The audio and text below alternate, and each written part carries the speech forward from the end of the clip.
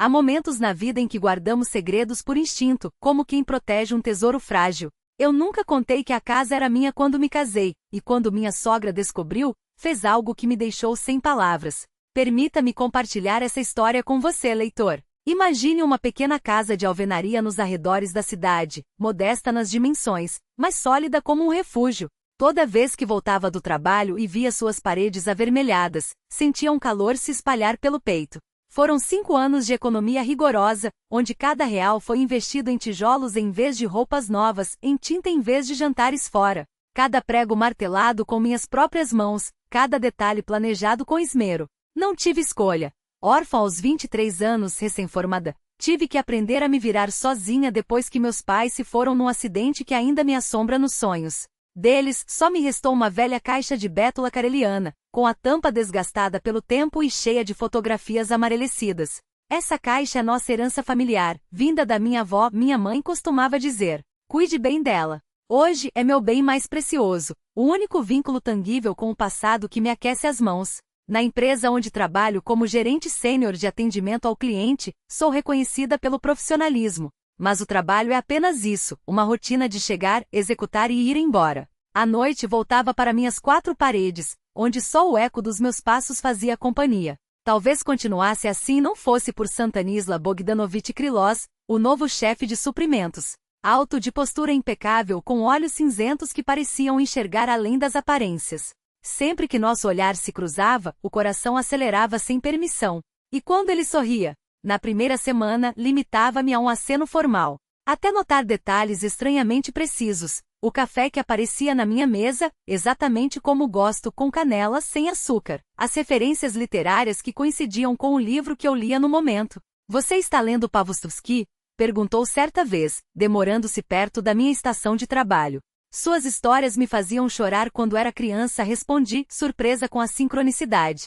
Estou relendo agora. Precisamos escrever para nossas mães, precisamos lembrar, citou ele com uma expressão que sugeria ter vivido aquelas palavras comigo. Alexandra Mikhailovna, permita-me convidá-la para um jantar de trabalho. Precisamos discutir o contrato com a Meridian. O jantar ocorreu em um pequeno restaurante à beira-rio. O assunto profissional se esgotou em 15 minutos. Depois, a conversa tomou rumos pessoais.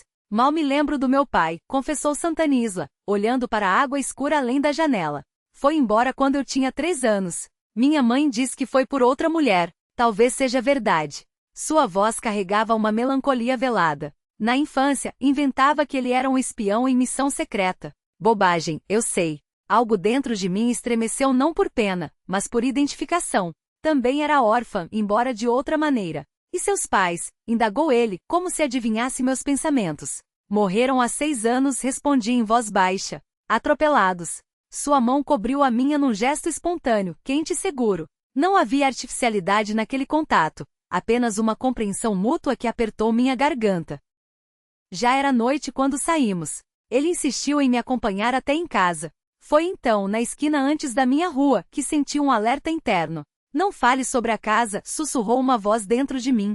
Onde o senhor mora, Santanisla Bogdanovich? Perguntei, desviando o assunto. Por enquanto, com minha mãe, admitiu ele com um sorriso constrangido. Voltei de uma viagem e minha antiga moradia já tinha sido alugada. Estou procurando opções. Quase sem pensar, as palavras saíram sozinhas. Eu alugo um apartamento por aqui. Apontei para um prédio distante. É ali, mas posso ir sozinha daqui. Por que menti? Minha própria desonestidade me surpreendeu. Uma intuição indefinível, como o cheiro de chuva antes da tempestade, me dizia para proteger aquele pedaço de verdade. Ele se despediu com um beijo cerimonioso na mão, um gesto antigo que fez meu peito vibrar como o de uma adolescente. Caminhei até minha casa real refletindo sobre aquele impulso inesperado. Nunca havia mentido antes e não por falta de oportunidade. O que me levou a fazê-lo agora? Vergonha? Não, orgulho era o que sentia por aquele lar. Então por que a inquietação? Ao abrir a porta entendi, aquela casa era minha fortaleza, o último fragmento intacto da minha história. Deixar alguém entrar ali seria como expor a alma. E eu ainda não estava pronta, nem mesmo para aquele olhar que me fazia perder o fôlego. Os dias seguintes foram uma dança de ambiguidades. Santanisla aparecia todas as noites após o expediente. Encontrávamo-nos no parque perto do meu apartamento fictício. A cada recusa em convidá-lo para entrar, a mentira inicial ganhava contornos mais sólidos, como um castelo de cartas que eu mesma era obrigada a sustentar. É estranho sua casa estar sempre ocupada, comentou ele certa vez, com uma curiosidade que me deixou em alerta. Desesperada por uma explicação, improvisei. Na verdade, não é bem meu. É da minha avó. Ela está viva, mora com minha tia em outra cidade, mas me deixou ficar aqui. Seus olhos brilharam com um interesse súbito. Então é uma casa? Sim, uma casinha antiga na periferia, respondi com indiferença forçada. Minha avó e eu não precisamos de tanto espaço. Estou procurando algo mais central. Ela poderia doá-la para você, sugeriu ele com uma firmeza que na época interpretei como preocupação genuína. Um mês depois conheci sua mãe. Valentina Semyonovna Krylova me recebeu em seu apartamento de tetos altos e móveis pesados, sentada no sofá como uma rainha em seu trono. Então é você, disse em vez de cumprimentar, examinando-me com um olhar calculista de quem avalia um investimento. Sente-se. Conte-me tudo. Acomodei-me na beirada do sofá, sentindo-me como uma aluna diante da diretora mais severa. Santanisla sorriu encorajadoramente antes de se retirar para a cozinha. Quem eram seus pais? Onde se formou? Quanto ganha? Em que gasta? As perguntas vinham em cascata. Respondi com sinceridade, exceto sobre a casa, repetindo a história da propriedade da avó. Ao ouvir isso, ela se inclinou para a frente, e seus olhos ganharam um brilho predatório. Sua avó, então. E onde exatamente ela mora, minha querida? Em Egoriés com minha tia, inventei no ato. E os documentos da casa estão com quem? Sua voz era doce, mas as palavras soavam como armadilhas. Na sua idade não faz sentido ter um imóvel sem morar nele. Aquela noite marcaria o início de uma pressão sutil. Valentina passaria a aparecer sem aviso, no café onde jantávamos, em ligações insistentes. Em famílias normais, a esposa confia todos os assuntos ao marido, costumava dizer, como se testasse minha adequação a um padrão que eu nem conhecia. Balançando a cabeça com ar de reprovação, ela repetia como um mantra: propriedade especial exige um homem à altura. O marido deve ser o dono. Eu respondia com suavidade, mas firme: ainda não somos uma família, enquanto sentia o cálculo frio por trás daquele sorriso afável. Tem pressa, menina? Valentina Semyonovna ria, dando tapinhas condescendentes em minha mão. Naquele tempo ninguém gostava de perder tempo, conheciam-se, casavam-se, tinham filhos. Tudo como manda a honra. Ela me tratava ora por você, ora por tu, como se hesitasse entre a distância formal e a intimidade forçada, ou talvez fosse só mais uma tática para me desestabilizar. Eu ainda não entendia. 3 meses se passaram. Stanislav me levou ao mesmo restaurante à beira-rio onde tivemos nosso primeiro encontro. Pediu champanhe, ajustava o nó da gravata com dedos trêmulos. Alexandra, disse quando trouxeram a sobremesa, tirando do bolso uma caixa de veludo. Você é o melhor que aconteceu na minha vida. Case comigo. O anel brilhou à luz das velas, simples mas elegante. Minha respiração falhou. Stanislav, é muito rápido. Pensamentos atropelaram-se, mas o coração abafou a razão. Sim, respondi, e lágrimas me encheram os olhos.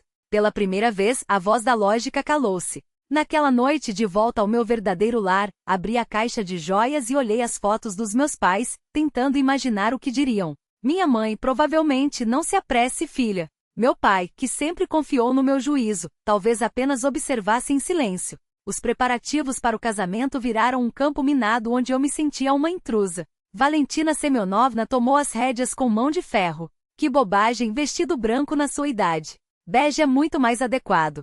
Que história é essa de madrinhas? No nosso tempo, ninguém precisava dessas frescuras ocidentais. Férias de lua de mel? E quem vai cuidar da casa? A casa da sua avó, enfatizava, como se o adjetivo fosse uma acusação. Primeiro resolvam a papelada, depois viajam. Cada palavra sua doía como um corte preciso. O que mais me feria, porém, era a passividade de Stanislav. Nunca me defendeu, apenas assentia em silêncio ou me abraçava com um mamãe sabe melhor, Saenka. Ela tem mais experiência. A questão da casa da vovó surgia com frequência assustadora. Perguntas insistentes, sugestões de dar uma olhada, para avaliar reformas, conversas sobre transferir para os jovens. Uma ansiedade difusa crescia em mim, mas eu a afugentava. Até a noite em que, durante um jantar a 3, Valentina Semyonovna colocou sobre a mesa uma pasta com documentos. Dê uma olhada, Saenka. Sua voz era doce como mel envenenado. Preparei uma doação. Quando sua avó vier, só precisa assinar. Tudo dentro da lei. Tudo para o bem de vocês. Peguei os papéis com mãos trêmulas, a garganta seca. Obrigada, mas isso é decisão da vovó. Ela vai entender. O que vão dizer as pessoas? Vivem na casa e o homem não é o dono, ponto. Valentina Semyonovna elevou o tom, como se invocasse um tribunal invisível. Na nossa época, isso seria uma vergonha. Olhei para Stanislav, buscando apoio, mas ele estudava o prato com intensidade, evitando meu olhar. De volta a casa, fiquei longo tempo diante do espelho.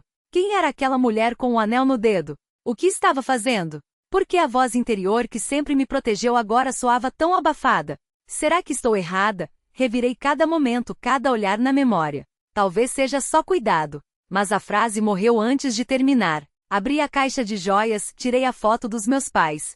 Os olhos da minha mãe pareciam carregar uma preocupação que eu nunca tinha notado. Vai dar tudo certo, murmurei para a imagem. Daqui a uma semana me caso. Serei feliz, mas o verme da dúvida já roía minha alma, e aquela voz, a mesma que me fez mentir no primeiro encontro, agora sussurrava: cuide da casa, Saar. Não por mim, mas pela memória, pela verdade. Ao adormecer, pensei que um lar de verdade não são paredes, mas a honestidade consigo mesma. E com esse pensamento me deixei levar pelo sono, sem imaginar quão logo seria posta à prova. Segura e firme, repetia ela todos os dias como um mantra. Não é certo, não é humano. Não me batia com as mãos, mas com palavras. Que esposa você é, se não confia no marido? Todos os dias a mesma coisa. E eu, como uma boba, comecei a me envergonhar da minha própria prudência. Cheguei até a pensar em contar a verdade, que a casa era minha, comprada com meu próprio dinheiro. Mas algo sempre me impedia. Santani se transformou. Os cafés da manhã e as palavras carinhosas desapareceram. Cada vez mais chegava tarde do trabalho, com cheiro de conhaque. Minhas perguntas o irritavam, como se eu o incomodasse. Você me ama, Stas? Perguntei certa noite, quando ficamos sozinhos. Claro, respondeu sem tirar os olhos da televisão. Que bobagem é essa? Mas seus olhos permaneciam frios como os de um estranho. E eu entendi, não havia amor ali. Nunca houve. Numa tarde de outubro, saí mais cedo do trabalho. O escritório estava em reforma, a luz tinha sido cortada. Não avisei ninguém em casa, queria fazer uma surpresa, preparar algo gostoso, talvez derreter o gelo que se formara entre nós. Ao me aproximar da casa, notei o carro de Santani estacionado. Estranho, pensei. Ele não deveria estar em uma reunião? As luzes estavam acesas, então Valentina Semyonovna também estava em casa. Abri a porta com minha chave, em silêncio. Vozes vinham da cozinha, animadas, sem perceberem minha entrada. Os documentos estão prontos, disse a voz áspera da sogra, seca e objetiva. Em 3 dias estaremos no cartório, respondeu Santani. Encontrei a certidão da escrituração. A casa está em nome dela. Nenhuma avó existe. Pelo menos nisso tivemos sorte, resmungou Valentina Semyonovna. Não precisaremos lidar com essa velha inventada. Não demore como da última vez, acrescentou Santani, com satisfação evidente na voz. Pegue a procuração e coloque à venda imediatamente. Segundo o avaliador Reuter, não menos que 1.800. Nossa pombinha desconfia de algo? Perguntou a sogra. Que nada, riu Santani. E aquele riso me fez arrepiar. Acredita em cada palavra. 2 meses está resolvido, diferente daquela da rua Outubrska. Lembra como ela resistiu? Tivemos que nos esforçar, concordou Valentina Semyonovna. Mas essa é mais fácil. Solitária e ingênua. Difícil encontrar outra assim. Fiquei paralisada no corredor, os dedos cravados na bolsa até ficarem brancos. O coração batia tão forte que parecia que a casa inteira tremia. Não me lembro como saí, como cheguei ao banco do parque em frente. Só uma frase martelava na minha cabeça: golfinhos vigaristas.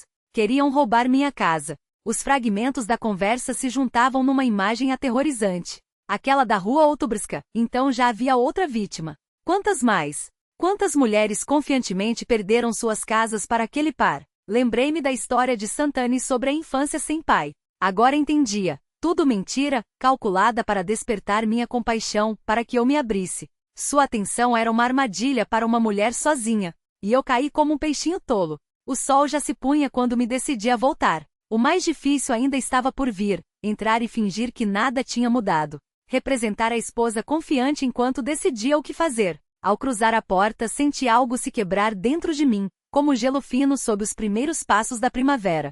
Fim das ilusões, fim dos sonhos de família e amor. Restava apenas a verdade crua e a necessidade de defender o que era meu por direito. Ah, aqui está nossa donzela, exclamou Valentina Semyonovna, com alegria falsa. Estávamos tomando chá. Junte-se a nós. Olhei para ela, robusta e dominante, com olhos de ave de rapina. Para Santani, bonito e elegante, com um sorriso que agora me parecia um esgar. Sorri de volta. Claro, disse, tirando o casaco. Com prazer. Nunca tinha sido atriz, mas agora meu talento dependia de tudo. Decidi que interpretaria aquele papel à perfeição pelo meu lar, pela memória dos meus pais, por aquela intuição que desde o início sussurrava: cuidado. Tomamos chá em silêncio. Sentia o olhar penetrante de Valentina Semyonovna, mas não deixei transparecer nada. À noite, antes de dormir, Santani me abraçou pela primeira vez em semanas. Sou tão grato ao destino por ter te encontrado, sussurrou em meu ouvido. Custou-me um esforço sobre-humano não me afastar daquelas palavras. A noite foi interminável. Fiquei deitada, ouvindo a respiração regular do estranho ao meu lado. Lágrimas escorriam pelos templos, encharcando o travesseiro. Não de tristeza, mas de raiva impotente. Tudo em que acreditei, tudo de que sonhei, desmoronou em um único dia. Em certo momento, o desespero me engoliu. Quis gritar, correr, me esconder, ou, ao contrário, acordá-lo naquele instante, despejar tudo o que fervia dentro de mim, expulsá-los dali, ele e sua cúmplice de mãe. Mas algo me segurou. A mesma voz que um dia sussurrou: cuidado. Agora ela aconselhava: espere. Não se apresse. Pense em cada passo. Olhei para o teto, analisando opções. Ir embora? Para onde? Confessar que sabia a verdade? E então? Procurar a polícia? Que provas eu tinha além de uma conversa ouvida às escondidas? Às 4 da manhã, as emoções se acalmaram, dando lugar a uma determinação fria. Levantei-me com cuidado, fui até a cômoda. A caixa de fotografias dos meus pais, ali em cima, parecia me emprestar forças. Na penumbra, distinguia o sorriso desbotado da minha mãe numa foto antiga. Não vou desistir sem lutar, murmurei, mal movendo os lábios. Não deixarei que tirem o que construí com minhas próprias mãos. A decisão veio de repente como um clarão. Se Santani e sua mãe jogavam sujo, eu poderia responder na mesma moeda. As regras deles, o jogo deles. Mas em meu território. Aquela teimosia obstinada que sempre me fez persistir mesmo quando tudo parecia perdido, foi o que me levou a buscar Lídia. Lid, precisamos conversar. Urgente. E de preferência onde ninguém nos veja. Marcamos encontro num café modestinho na periferia da cidade, daquele tipo que nenhum conhecido nosso frequentaria. Saí mais cedo do trabalho, alegando uma enxaqueca, o que, aliás, não estava tão longe da verdade. Os anos não haviam mudado Lídia tanto quanto eu imaginava. Mesmo corte de cabelo curto, o mesmo olhar direto, os gestos ainda um pouco bruscos. Só os cantos dos olhos traíam o tempo passado e na voz, antes firme, agora soavam notas metálicas, como se o trabalho tivesse lhe endurecido por dentro. Fala, disse ela, sem rodeios. Quando o café chegou, contei tudo, desde o primeiro encontro com Santani até a conversa que ouvi por acaso. Lídia escutou em silêncio, anotando algo de vez em quando num bloquinho minúsculo. Quando terminei, ela ergueu os olhos e perguntou: e o que você quer que eu faça? Checa eles, Lid. Santanisla Bogdanovich Krylov e Valentina Semyonovna Krylova. Preciso saber quem eles são de verdade. Ela bufou, um som entre o cético e o resignado, mas guardou o bloquinho na bolsa. Só por causa da amizade de escola. E que fique entre nós. 3 dias vivi como se pisasse em ovos. Fingi ser a esposa dócil, disposta a assinar os papéis. Santani de repente ficou mais atencioso. Trouxe flores pela primeira vez em todo o casamento, sussurrava ao meu ouvido. Você não vai se arrepender. Vivemos melhor, você vai ver. Até Valentina mudou de tática, da sogra crítica virou uma espécie de mãe postiça. Preparava meus pratos favoritos, perguntava pela minha saúde, ofereceu-se até para ajudar na limpeza. Seria comovente, se eu não soubesse o preço real daqueles gestos. No 4º dia, Lídia ligou. Mesmo lugar. Daqui a 1 hora. O tom era tenso, e soube na mesma hora, as notícias não seriam boas. Ela já estava sentada num canto afastado do café, uma pasta de documentos aberta à sua frente. Ao me aproximar, perguntei sem fôlego. Eu estava certa? Mais do que imagina, respondeu, empurrando a pasta na minha direção. Valentina Semyonovna Krylova, nascida Morozova, 1967. Condenada por fraude em 2015. Pena suspensa. Folhei os papéis, relatórios oficiais, fotos, depoimentos. E então estás? Santanisla Bogdanovich Krylov, 1993. Limpo no papel. Mas havia um detalhe revelador. Nos últimos 5 anos, ele havia se casado 3 vezes. E os 3 casamentos terminaram da mesma forma, com a venda dos imóveis das esposas. Meu coração doeu como se apertassem. Eu não era a primeira. E se não fosse por um acaso, não seria a última. O esquema é bem oleado, continuou Lídia baixando a voz. A mãe identifica mulheres sozinhas com propriedades. O filho conquista a casa, depois vem a transferência dos bens, a venda e o divórcio por iniciativa dele. A mulher fica com nada. Como eles não foram pegos antes? Porque tudo é legal. As mulheres assinam os papéis de livre vontade. Quando percebem que foram enganadas, já é tarde. E muitas têm vergonha de admitir que caíram como ingênuas. Ela apontou para a foto de uma mulher de meia idade, olhos cansados. Essa tentou processar. O que poderia provar? O ex-marido apenas disse que o casamento acabou por incompatibilidade de gênios. Olhei para os rostos daquelas mulheres nos documentos. Mulheres comuns, como eu. Provavelmente também acreditaram no amor, sonharam com uma família. E agora? O que eu faço, Lid? Por lei? Nada. Você ainda não perdeu um centavo. Ela baixou ainda mais a voz. Mas se tentar acusá-los de algo, eles podem processar você por difamação. E aí, saem impunes. A amargura na minha garganta era quase física. Lídia ficou um tempo em silêncio, tamborilando os dedos na mesa. Então, finalmente, há uma opção. Inclinou-se para a frente. Mas é arriscada. E vai exigir que você seja uma ótima atriz. Ouvi o plano. Louco. Audacioso. Possível. Topa? Perguntou ela, depois de explicar tudo. Pensei na casa que eu havia construído com minhas próprias mãos. Nas mulheres daqueles papéis que perderam tudo. Em Santani e Valentina, que fariam isso de novo com outra pessoa se ninguém os parasse. Topo, respondi firme. No caminho de volta para casa, senti um estranho alívio. Pela primeira vez em dias, o medo havia recuado, substituído por uma determinação fria. Quando descobri a verdade, minha primeira pergunta foi: quantas outras já passaram por isso? Não podia simplesmente ir embora. Não era assim que me criaram. Os dias seguintes viraram um jogo de xadrez perverso. Comecei a alimentar sutilmente os planos deles. Fingi ceder, mostrar-me disposta a assinar os documentos.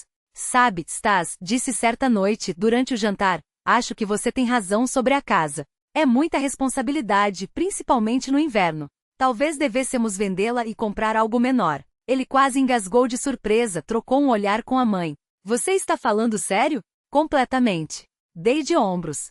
Só tem um problema. A vovó. Ela precisa vir assinar a doação para mim, só então poderei dispor do imóvel. E quando ela chega? Perguntou Santani, rápido demais. No próximo mês. Ela não está bem de saúde. Fingi preocupação. Mas assim que melhorar, vem direto. E se a gente fosse até ela? Sugeriu Valentina, os olhos brilhando de ganância mal disfarçada. Para visitá-la? Impossível. Balancei a cabeça. Ela é muito teimosa. Não deixa ninguém entrar, a não ser eu. Então esperamos, disse Santani, cobrindo minha mão com a dele, num gesto que deveria ser carinhoso. Como se tivessem tempo, pensei, olhando para seu sorriso falso. Valentina aumentou a pressão, mas agora com mais sutileza. Não mais com críticas, mas com uma preocupação exagerada. Sashenka dizia, sentando-se ao meu lado, por que você não tira férias? Está tão cansada do trabalho. E poderia visitar a vovó, apressar as coisas. Obrigada, Valentina Semyonovna. Sorri tão falsa quanto ela. Mas tem um projeto importante agora. Não posso me ausentar. Ela não desistia. Todos os dias, uma nova abordagem, um novo argumento. E eu mantinha a fachada, sem deixar transparecer o que realmente sentia. Às vezes parecia que assistia a tudo de fora, como se fosse uma peça de teatro absurda. Minha vida anterior, meus sonhos de amor e família, desmoronaram em questão de dias. Mas dos escombros, eu estava construindo algo novo. Um plano de justiça. Uma noite, Santani me flagrou ao telefone. Sim, vovó, dizia eu. Claro, deixo tudo pronto. Os documentos estarão prontos quando você chegar. Quando desliguei, ele não conseguiu conter a ansiedade.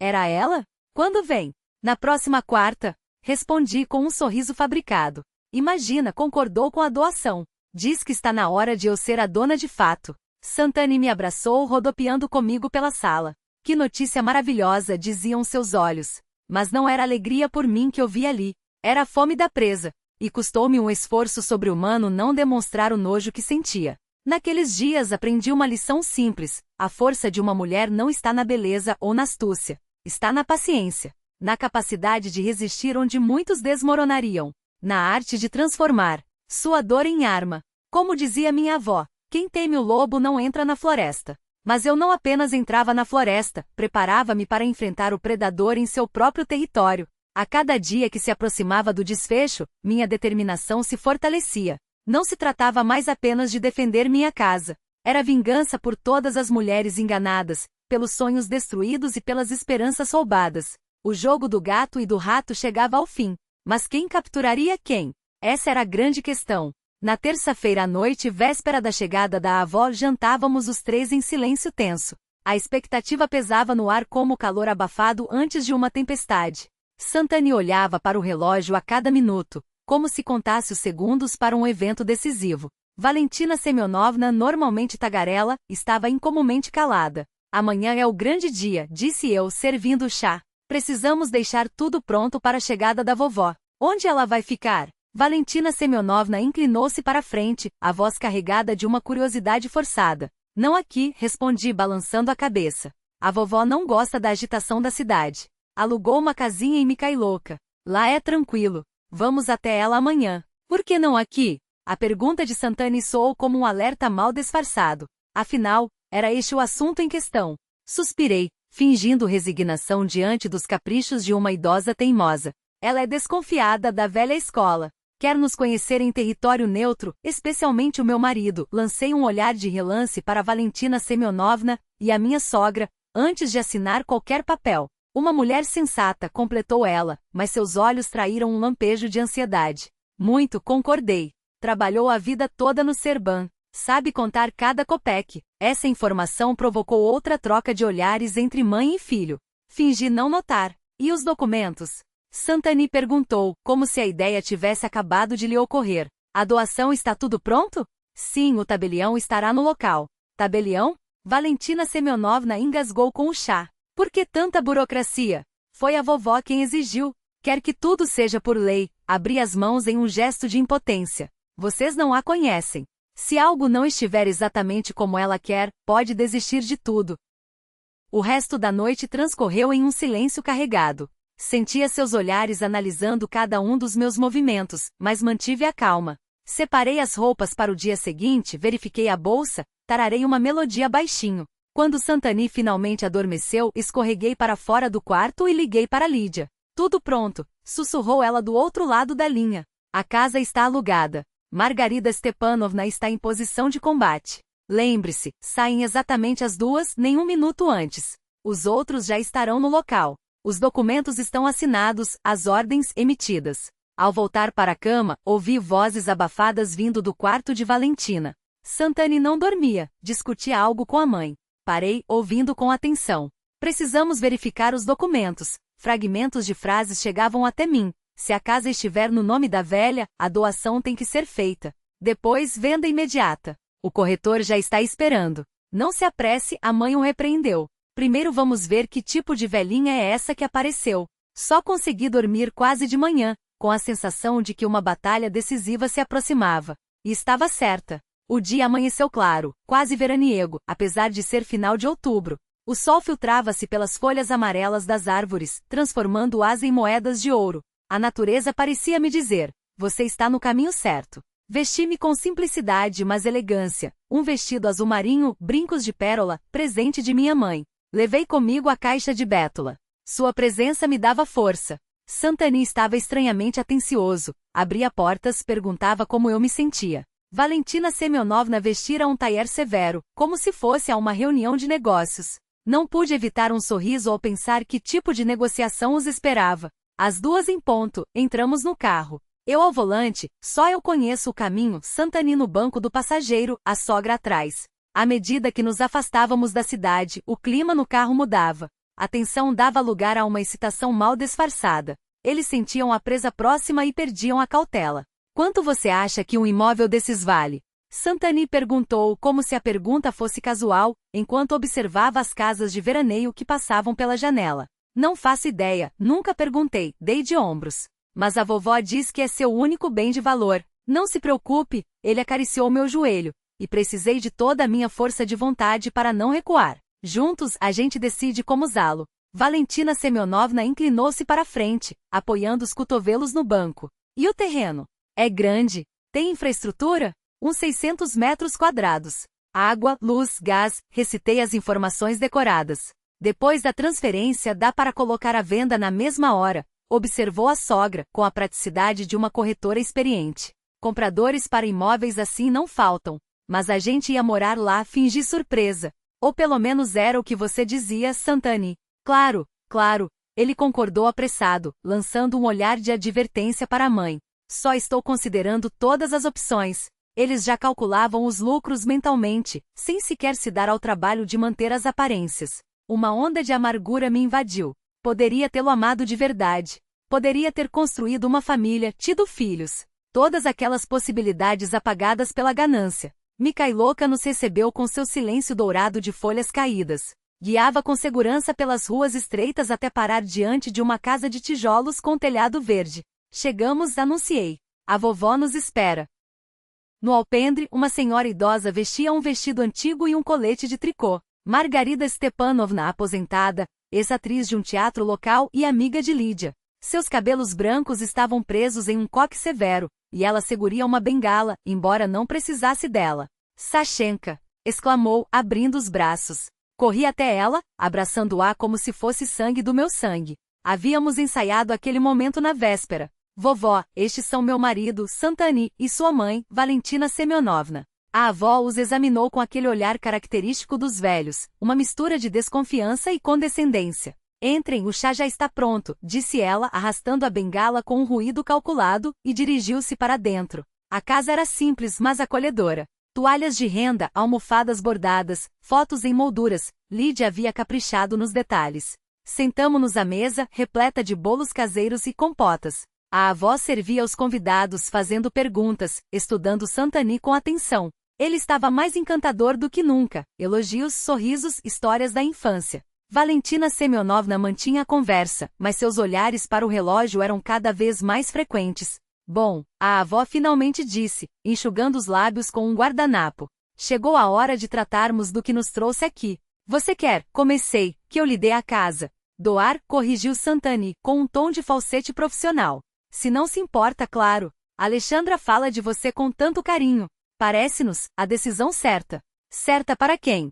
A voz da velha cortou o ar, súbita e afiada. Para vocês. O silêncio tomou conta da sala. Santani olhou desesperado para a mãe, buscando apoio. Mas foi Valentina Semyonovna quem tomou a palavra com um sorriso gélido. Alexandra já é uma mulher adulta, continuou Valentina Semyonovna com voz melíflua, mas cortante como vidro. Ela precisa de um teto próprio. E você, na sua idade, para que quer preocupações extras com imóveis? A velha balançou a cabeça, lenta e deliberada, como quem pesa cada palavra antes de deixá-las cair. Alexandra já tem um teto sobre a cabeça. Uma casa maravilhosa que ela mesma construiu com suas próprias mãos. O silêncio que se seguiu foi tão denso que dava para cortar com a lâmina da faca de pão sobre a mesa. Santani olhou para mim, os olhos arregalados em pergunta muda. Do que ela está falando? Antes que eu pudesse responder, a porta da frente se abriu com um rangido familiar. 3 figuras cruzaram o umbral. Lídia, em seu uniforme de investigadora, com a postura ereta de quem está acostumada a comandar, um notário de óculos finos, segurando uma pasta de couro desgastado pelo tempo, e o policial de bairro, cujo cinturão com coldre fazia um barulho metálico a cada passo. Lídia acenou com a cabeça secamente. Boa tarde. Não estamos atrapalhando? O rosto de Valentina Semyonovna perdeu toda a cor, como se alguém tivesse sugado o sangue de suas veias. Santani se levantou de um salto, a cadeira rangendo contra o piso de madeira. O que está acontecendo aqui? Quem são essas pessoas? Eu me levantei também, mas não com a mesma urgência. Pelo contrário, uma calma estranha, quase irreal, preenchia meu peito, como se eu finalmente respirasse depois de anos debaixo d'água. Olhei diretamente nos olhos de Santani, aqueles olhos que eu já havia procurado em busca de afeto, de verdade, de qualquer coisa que não fosse cálculo. Quando me casei, falei devagar, articulando cada sílaba, não contei nem ao meu marido, nem à sogra que esta casa era minha. Santani deu um passo à frente, a mão estendida como se fosse me agarrar pelo braço. Que absurdo é esse? Você sempre disse que era da sua avó. Não há nenhuma avó, respondi apontando para a velha ao meu lado. Esta é Margarida Stepanovna, atriz aposentada. E eu fiz uma pausa, saboreando as palavras. Sou a única proprietária desta casa. Aquela que vocês tanto queriam tomar para si. Lídia avançou, colocando-se entre mim e Santani. Seu tom era profissional, mas carregava o peso de uma sentença já escrita.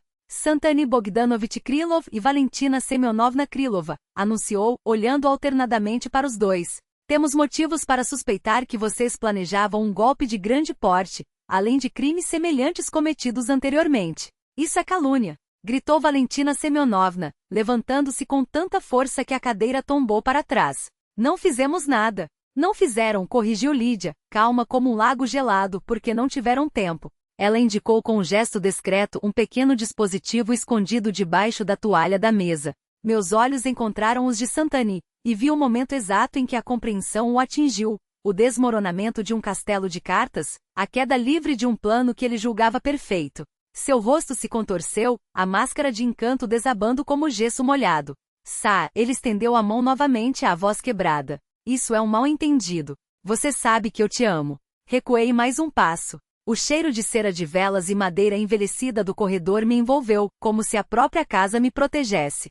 Não me toque. Você nunca me amou, nem por um segundo. O que você queria era só isto. Apontei para as paredes, para o teto, para o chão de tábuas largas que meus pais haviam escolhido décadas atrás. O notário entregou a Lídia a pasta. Ela abriu e começou a ler, a voz ecoando na sala como um veredicto. Contrato de compra e venda de 15 de maio de 2019. Compradora, Alexandra Mikhailovna Sokolova. Certidão de propriedade de 23 de maio de 2019.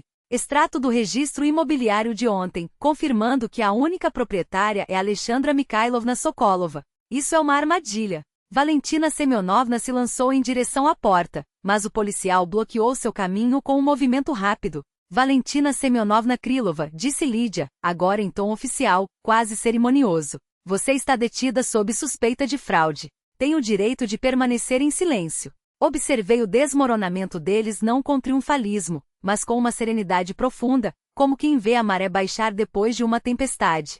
Santani me encarava perdido, incapaz de entender como seu plano perfeito havia ruído, como aquela mulher quieta, confiante demais para o gosto dele, tinha virado o jogo sem que ele percebesse. Por quê? Perguntou, tão baixo que mal dá para ouvir. Por que você não disse desde o início que a casa era sua? Tirei da bolsa uma pequena caixa de bétula, aberta com cuidado. Dentro, as fotos dos meus pais me olhavam com aprovação silenciosa. Fechei os dedos sobre a madeira polida. Intuição, respondi simplesmente. Aquela mesma que sussurra para não confiar em todo mundo. Lembra da nossa primeira conversa? Algo dentro de mim disse, cuidado. E eu ouvi. Quando os levaram na viatura policial, fiquei no alpendre, sentindo uma leveza estranha, como se tivesse tirado de cima dos ombros um manto de chumbo que carregava há anos. Lídia se aproximou, o casaco aberto revelando a placa no cinto. Você está bem? Agora sim, respondi assentindo. Agora sim. Ao voltar para casa, minha casa, pensei nas ironias do destino, como às vezes nossas fraquezas se tornam nossas maiores forças. Minha cautela, que já me pareceu um fardo, havia salvado não apenas as paredes e o telhado, mas também minha dignidade. E mais importante, havia me devolvido a certeza de que eu era dona do meu próprio futuro. Cruzando a soleira, soube que aquele lugar permaneceria meu, as decisões, os erros, os acertos, os silêncios. Quanto a Santani e sua mãe, colhem apenas o que semearam. Afinal, como diz o ditado, quem cava um poço para os outros cai nele mesmo. À noite, o telefone tocou. Era Lídia. E aí, como você está?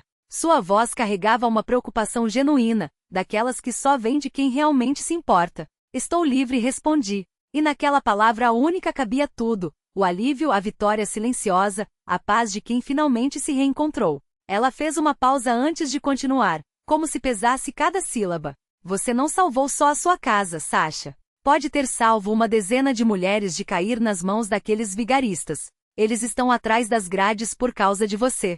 Não senti triunfo. Apenas uma quietude profunda, a certeza tranquila de que havia feito o que era certo. O mesmo teto, as mesmas paredes, mas eu, dentro delas, já não era a mesma. Não defenderá apenas um patrimônio, defenderá a mim mesma. E sem querer, tornará-me um escudo para outras mulheres que poderiam ter sido a próxima vítima. A primeira semana de solidão verdadeira passou em um silêncio cheio de reflexões. Caminhei muito, sentei-me por horas nos parques, observando as folhas que caíam como páginas de um livro que o outono escrevia sem pressa. Crianças correndo, velhinhas nas bancas de madeira, o mundo seguindo seu ritmo indiferente. Nada havia mudado lá fora. O que se transformará era o meu modo de ver. Pouco a pouco, voltei à vida. No trabalho, minha história se espalhou. Primeiro, olhares furtivos, misto de curiosidade e juízo. Depois, um respeito que não precisava de palavras. Houve, é claro, os que condenaram. A culpa é sua. Por que escondeu que a casa era sua? Se tivesse dito a verdade desde o início, nada disso teria acontecido. Não discuti. Cada um carrega sua própria verdade, e eu já não precisava provar nada a ninguém. Uma noite, abri a velha caixa de bétula que guardava no fundo do armário. Passei os dedos pela tampa desgastada pelo tempo, sentindo as irregularidades da madeira como se fossem as marcas de uma vida vivida. Dentro, entre fotografias amareladas, encontrei um bilhete escrito à mão pela minha mãe no dia em que completei 18 anos. Reli as palavras que conhecia de cor, mas que naquela noite ganharam um novo peso. Sashenka confia nas pessoas, mas ouça seu coração. Ele não mente. Ela estava certa. A intuição é a melhor conselheira. A confiança é virtuosa, mas a prudência não é pecado. Confia, mas verifica, como diziam os antigos. Nesse equilíbrio delicado, entre abrir as mãos e não soltar o que é essencial, está o segredo não só da segurança, mas da dignidade. Aos poucos, a vida encontrou um novo ritmo. Comecei a reformar a casa não porque ela precisasse, mas para apagar os últimos vestígios daqueles que tentaram tomá-la de mim. Cada golpe de martelo, cada pincelada de tinta era um gesto de purificação. As paredes ganharam novas cores, os pisos foram renovados, as cortinas trocadas. Não era uma reforma, era um renascimento. Num sábado à tarde, Lídia apareceu com uma garrafa de vinho. Vamos celebrar a mudança, disse, olhando ao redor da sala transformada. Mudança em uma casa velha? Sorri, irônica. Você nova em uma casa renovada. E tinha razão. Ficamos até tarde, rindo de memórias da escola, fazendo planos que soavam mais como promessas do que como sonhos. Ao se despedir, ela me abraçou com uma força que quase me tirou o fôlego. Sasha, eu me orgulho de você. Nem todo mundo teria coragem de fazer o que você fez. Aquelas palavras aqueceram algo dentro de mim, mas o mais importante era outro. Pela primeira vez em muito tempo, eu me orgulhava de mim mesma. Não pela vitória sobre os golpistas, mas por ter vencido meus próprios medos, minhas dúvidas paralisantes. Meses depois, recebi um convite para falar em um clube de mulheres. Relutar foi meu primeiro impulso, nunca gostei de holofotes, mas então pensei, se minha história pudesse evitar que outra mulher caísse na mesma armadilha, valeria a pena. Fiquei de pé diante da plateia, segurando a caixa de bétula como um talismã, minha ponte com o passado. Contei tudo sem enfeites, sem heroísmo forçado. Falei sobre a importância de ouvir a voz interior, sobre como um lar não é apenas um teto, mas um símbolo de independência. Sobre como a força de uma mulher está em sua autoconfiança. Quando me casei, disse, olhando nos olhos das mulheres na plateia, não contei ao meu marido que a casa era minha. E fiz bem. Mas não se trata da casa. Trata-se do autorrespeito. Ninguém, nem mesmo os mais próximos, pode tirar de você o que conquistou com seu próprio suor. Não há motivo para ter vergonha de ser precavida. Ao terminar, uma mulher jovem com olheiras fundas aproximou-se. Obrigada. Estou passando por algo parecido. Achava que estava louca por desconfiar. Agora sei o que fazer. Suas palavras foram a melhor recompensa. Naquela noite, ao voltar para casa, senti uma leveza que não vinha só do alívio, mas da certeza de que um ciclo se completará. O teste havia se tornado lição, e a lição, por sua vez, servirá a outras. A primavera chegou mais cedo aquele ano. No canteiro diante da casa, os primeiros tulipas que plantei no outono desabrocharam, esticando seus botões vibrantes em direção ao sol com a mesma teimosia com que eu me estendia rumo à vida que agora escolhia viver. O lar já não era uma fortaleza a ser defendida de inimigos. Era o que sempre deveria ter sido. Um lugar onde me reencontrava, onde cada amanhecer era uma promessa e cada pôr do sol, um agradecimento pelo dia vivido. Às vezes me pego pensando, talvez tudo isso precisasse acontecer. Talvez só depois da traição eu tenha encontrado minha força verdadeira. A nova vida não começou no dia em que a porta do tribunal se fechou, nem quando a fechadura do meu lar renovado girou pela primeira vez. Começou naquela primeira noite quando uma voz interior sussurrou, cuidado. E eu, pela primeira vez, tive coragem de ouvir. Ainda acredito no amor. Um dia, talvez, deixarei entrar em minha casa um homem que seja digno desse sentimento. Mas agora sei o valor da confiança. Sei que o amor verdadeiro não exige sacrifícios nem a negação de si mesmo. Não é sobre se dissolver no outro, mas sobre crescer juntos, mais fortes. Por enquanto tenho minha casa, meu trabalho, meus amigos. E acima de tudo, tenho a mim mesma, Alexandra Sokolova, que finalmente conhece seu próprio valor. E ele, descobri, é muito maior do que o preço de qualquer propriedade.